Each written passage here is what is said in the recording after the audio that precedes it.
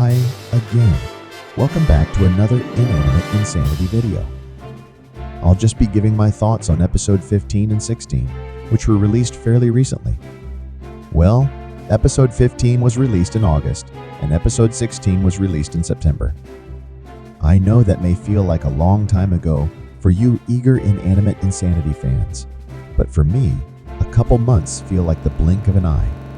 I recommend watching the episodes before this video, because this video contains spoilers. First, there's episode 15, titled Truth or Flare. This episode starts off with Taco talking to Meepad.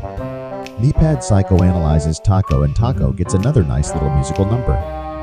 Apparently, she no longer cares about the million. All she wants is to convince everyone to leave the show. This episode consists mainly of the characters discussing their personal issues in the game. It's still very interesting and entertaining. A podcast with these characters would still be entertaining to me. Taco heard someone coming, afraid it was Pickle. This anxiety caused her to physically crack. Paintbrush showed up in the end, and Lightbulb chose to leave the show and reunite with her friend. And she got to wear a dunce cap. First Paintbrush, and then my own weird hat? Today's really picking up. And then Suitcase chose Knife to join her in the finale. She decided it would be better for Baseball to leave the competition and return to Nickel, especially after she voted him out. And then there were two. Suitcase versus Knife. The formerly passive one versus the formerly aggressive one. Then the episode ends with me, phone getting a call from Steve Copps. This resumes in episode 16. This episode was pretty dark. The plot is that Me Phone 4, the host, is about to conclude the show, but Me Phone keeps being called by Steve Copps. After getting his calls ignored by Me Phone, he started depriving the contestants of their sentience and turning them into inanimate objects. This happened to Pickle before Taco could fully make up with him. Me Phone sends his finalists to defeat Copps as their final challenge. Knife and Suitcase enter the Meeple facility, and Steve Copps gets his own musical number, showing how successfully innovative Meeple is becoming, but also how its customers are becoming suspicious of Cobb's true intentions. Back at the hotel, OJ is deleted as we finally see what is turning the contestants into non-living objects. It's Me Phone X, as seen in the post-credits scene in episode 14. This means that Toilet was also deleted.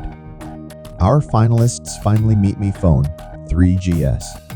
He is excited to see new people after being isolated for so long. He tells the finalists that Cobbs asked him to obtain the baby shimmers, but he only got away with one. He doesn't know what Cobbs is currently doing with them, but Cobbs was still severely disappointed in 3GS, sending him to live the rest of his days secluded in the back of a failed experiments closet. Everything is madness as Me Phone X keeps deleting people. I wonder how Trophy would react to Me Phone X. Would he try to fight him? But Baseball tells the contestants not to be afraid, and that the real scariest moment is the time before you take the first step, before you muster the courage to face your fears. This encourages Me Phone to finally answer Cobb's call. They finally enter Cobb's office, but Cobbs drops a hefty revelation on them. He tells them that they were created by Me Phone to participate in his competition. I just have to say, this was executed brilliantly. Cobbs doesn't just abruptly tell them they were created by Me Phone. He asks them what they remember before they were on the show, and then tells them the truth. They never joined the show. They were created to participate in it. This is a really dark revelation. The contestants' entire reason for living is to participate in a competition show. It gave me a dark feeling, partly because I suspected it was true, since it was alluded to by fan glitching in episode 14 and springy glitching in every episode they appear in. I thought, why are the contestants glitching? Me Phone's other creations glitch. Hold on, did Me Phone create the contestants? I was apprehensive that this would be revealed eventually. When the revelation finally came, it was pretty dark. I genuinely got Alex Bale vibes while watching this. That might be because it reminded me of Alex Bale's Pixar Theory, and also what the heck is going on. On that note, Alex Bale just released his SpongeBob Theory compilation. Wow, first Inanimate Insanity, then Alex Bale? This is a good day to be on YouTube. I didn't notice any clues about his next feature film, but he probably won't be announcing that until next year. In the meantime, I'll have Inanimate Insanity to preoccupy myself with. I think the final episode will arrive by December. This episode still begs a great many questions. Like, how does Cobbs know about the shimmers? Why does your scream sound exactly like the egg? You think I sound like an egg? What are you even talking about? I have a theory. It's a dark one. A dark, horror-themed one that involves ghosts. Wow, kind of like Alex Bale's SpongeBob theory about the Flying Dutchman. I think Bo's scream sounds like the egg because the objects were made with the energy of the shimmers. Maybe Bo is regressing back into shimmer energy because Cobbs is deleting her. I have this prediction that the shimmers will hear this call and Me Phone X might consume their energy. Aside from that, now we know why things are so crazy on this show.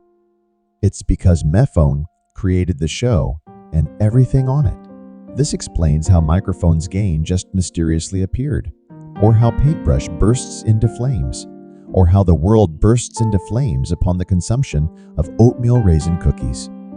Because Mephone programmed the show that way. The shimmer energy powering Mephone would also explain the striped hills in the background, as those hills originated from the shimmer's planet. As for my predictions, I think the episode will start with Steve Cobbs creating a different challenge than the one Mephone sent them to do, to avoid having his evil plans exposed. Who knows how it'll end? Maybe Taco will get a chance to make up with Microphone.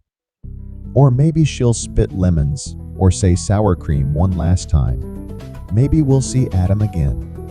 Maybe Cobbs has that baby shimmer hooked up to a big machine that drains their energy and uses it to create new technology. Maybe the shimmer's energy is corrupted. Maybe they'll hatch and say something like, "Oh, hell yeah, I'm a damaged OC." This is really the season for dark sci-fi, isn't it? Also, I hope the final episode ends with Steve Cobbs getting exposed for exploiting aliens and sent to jail. Preferably for more than a day. As for who wins, I don't really care. I love both of these characters. But personally, I think Knife has more incentive to win. Whereas Suitcase cares more about the contestants, Knife cares more about the contest. Although after learning that they were created solely to compete, it's likely that neither of them have any incentive to win. Some of the contestants already lost their motivation to compete. First we had Marshmallow running away to be with Bo, then we had Microphone deliberately quitting, and in this episode, Lightbulb did the same thing. These contestants started out as simple contestants, but developed into much more nuanced characters over the course of the show. Now, they'd rather just be with their friends and spend their leisure doing whatever they want to do, instead of lying, deceiving, and selling their sanity for $1 million.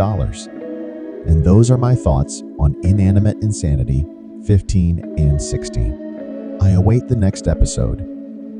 I have a feeling it's going to be epic. Get it?